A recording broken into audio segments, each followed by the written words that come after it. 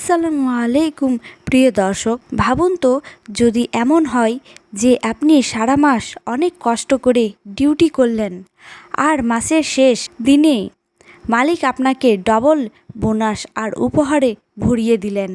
ঠিক এমনটাই হতে চলেছে আজকের দিনে, কারণ 2026 সালের রমজানের শেষ রোজা এবং বছরের শ্রেষ্ঠ শুক্রবার এই দিনে পড়েছে। এই মূল্যবান দিনটি সবার ভাগ্যে জোটে না।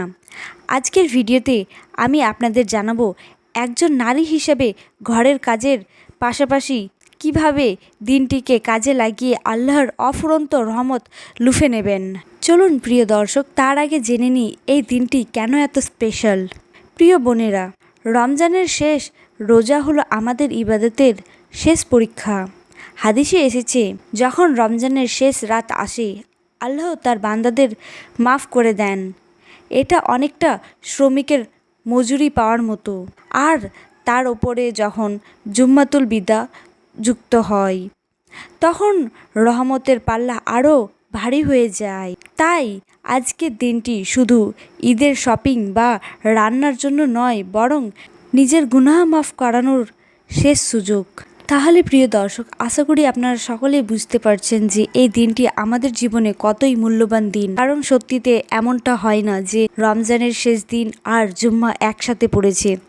যখন এই মূল্যবান দিনটি আমরা পেয়েছি, ইনশাল্লাহ আমরা এই দিনটিকে এমনই অবহেলায় কাটাবো না।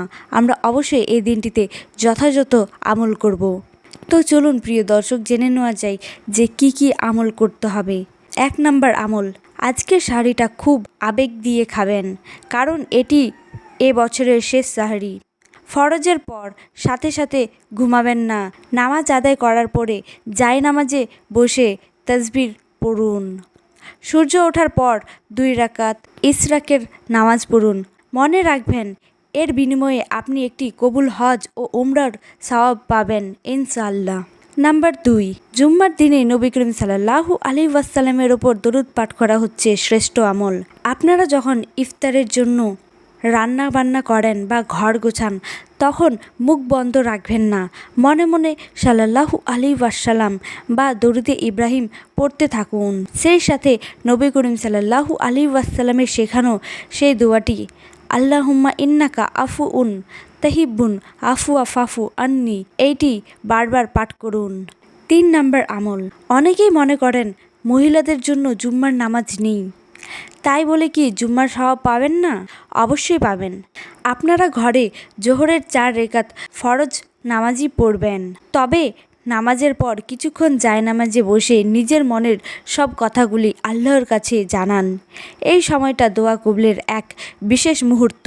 4 নাম্বার আমল, পুরো দিনের সবচেয়ে গুরুত্বপূর্ণ সময় হলো আসরের পর থেকে মাগরিব পর্যন্ত। জুম্মার দিন এই সময়টিকে আল্লাহ কোনো দোয়া ফেরত দেন না। তাই শেষ রোজার ইফতারের সামান নিয়ে কান্নাকাটি করে আল্লাহর কাছে নিজের পরিবার, সন্তান ও মৃত পরিবারের মানুষজন, বাবা মা সবার জন্য দোয়া করুন। 5 নাম্বার আমল, মাগরিবের সময় যখন রমজান বিদায় নেবে তখন আমরা আনন্দে মেতে উঠি। কিন্তু হাদিস অনুযায়ী ঈদের রাত ইবাদতের জন্য অনেক বেশি দামি।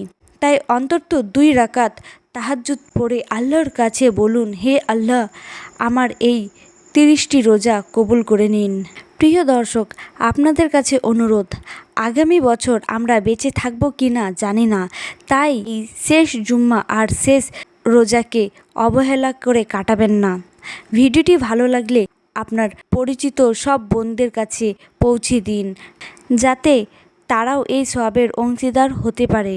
কমেন্টে অবশ্যই লিখুন, ইনশাআল্লাহ আমি আমলগুলো করব। সবাইকে অগ্রিম ঈদ মুবারক।